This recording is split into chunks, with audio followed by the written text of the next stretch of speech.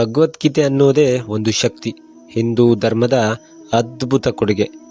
ಗಾಂಡೀವಧಾರಿ ಅರ್ಜುನ ಕುರುಕ್ಷೇತ್ರದ ಯುದ್ಧದ ಸಂದರ್ಭದಲ್ಲಿ ನಮ್ಮವರನ್ನೇ ನಾನು ಎದುರಿಸಬೇಕಾಗತ್ತೆ, ನಮ್ಮವರನ್ನೇ ನಾನು ಸಾಯಿಸಬೇಕಾಗತ್ತೆ, ಹಾಗಾಗಿ ಇಂತಹ ಪಾಪದ ಕೆಲಸವನ್ನು ನಾನು ಮಾಡಲ್ಲ, ಯುದ್ಧವನ್ನೇ ನಾನು ಮಾಡಲ್ಲ ಎನ್ನುವಂತಹ ಮಾತನ್ನಾಡಿ ಯುದ್ಧರಂಗದಲ್ಲೇ ಕೂತು ಬಿಡ್ತಾನೆ. ಆಗ ಶ್ರೀಕೃಷ್ಣ ಪರಮಾತ್ಮ ಪಾರ್ಥ ಅರ್ಜುನನನ್ನು ಯುದ್ಧಕ್ಕೆ ಮನವೊಲಿಸುವ ಸಂದರ್ಭದಲ್ಲಿ ಅವರಿಬ್ಬರ ನಡುವೆ ನಡೆದ ಸಂವಾದವೇ ಈ ಅದ್ಭುತ ಭಗವದ್ಗೀತೆ. ಇದೊಂದು ವಿಷಾದದ ಗೀತೆ, ಯಾಕೆಂದರೆ ದುಃಖದ ಸಂದರ್ಭದಲ್ಲಿ ಮೂಡಿಬಂದ ಶ್ರೀಕೃಷ್ಣನ ಬೋಧನೆಗಳ ಸಾರ.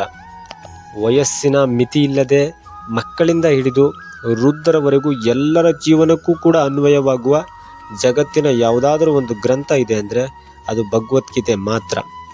ಯಾವ ವಿಶ್ವವಿದ್ಯಾನಿಲಯವೂ ಕೂಡ ಕಲಿಸದ ಜೀವನದ ಪಾಠವನ್ನು ಭಗವದ್ಗೀತೆ ನಮಗೆ ಕಲಿಸಿಕೊಡುತ್ತೆ. ಹಾಗಾಗಿ ಪ್ರತಿಯೊಬ್ಬರೂ ಕೂಡ ಓದಲೇಬೇಕಾದ ಅದ್ಭುತ ಗ್ರಂಥ ಇದು. ಭಗವದ್ಗೀತೆಯನ್ನು ಓದಲು ಶುರು ಮಾಡಿದ ನಂತರ ಓದುಗರನ್ನು ಸ್ವಾಗತ ಮಾಡೋದೇ ಈ ತ್ವಮೇವ ಶ್ಲೋಕ. ಹಾಗಾಗಿ ನಾನು ಕೂಡ ಈ ಶ್ಲೋಕದ ಮುಖಾಂತರವಾಗಿಯೇ ಭಗವದ್ಗೀತೆಯನ್ನು ಆರಂಭಿಸ್ತಾ ಇದ್ದೇನೆ. ತ್ವಮೇವ ಮಾತಾ ಚ ಪಿತಾ ತ್ವಮೇವ, ತ್ವಮೇವ ಬಂಧುಶ್ಚ ಸಖ ತ್ವಮೇವ, ತ್ವಮೇವ ವಿದ್ಯಾ ದ್ರವೀಣಂ ತ್ವಮೇವ, ತ್ವಮೇವ ಸರ್ವಂ ಮಮ ದೇವದೇವ. ಅಂದರೆ ಈ ಶ್ಲೋಕದಲ್ಲಿ ತ್ವಮೇವ ಪದದ ಭಾವಾರ್ಥವನ್ನು ನೋಡಿದರೆ ನಮ್ಮದೇನೂ ಇಲ್ಲ, ಎಲ್ಲ ಕೂಡ ಭಗವಂತನದೇ ಎನ್ನುವಂತಹ ಭಾವಾರ್ಥವನ್ನು ನಮಗೆ ಆ ತ್ವಮೇವ ಪದ ಕಟ್ಟಿಕೊಡುತ್ತೆ. ಹಾಗಾಗಿ ಮಾತಾ ಚ ಪಿತಾ ತ್ವಮೇವ, ತಂದೆ ತಾಯಿ ಕೂಡ ಆ ಭಗವಂತನೇ. ಬಂಧುಶ್ಚ ಸಖ ತ್ವಮೇವ, ಬಂಧು ಬಳಗ ಕೂಡ ಭಗವಂತನೇ.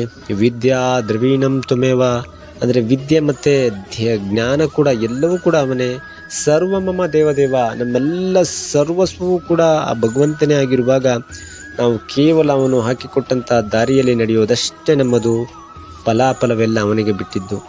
ಈ ಬದುಕಿನ ಪಯಣದಲ್ಲಿ ನಾವು ಕೇವಲ ಪಾತ್ರಧಾರಿಗಳಷ್ಟೇ, ಸೂತ್ರಧಾರಿ ಆ ಭಗವಂತನೇ ಎನ್ನುವಂತಹ ಅದ್ಭುತ ಭಾವಾರ್ಥವನ್ನು ಈ ಶ್ಲೋಕ ನಮಗೆ ಕಟ್ಟಿಕೊಡುತ್ತೆ. ಜೈ ಶ್ರೀಕೃಷ್ಣ.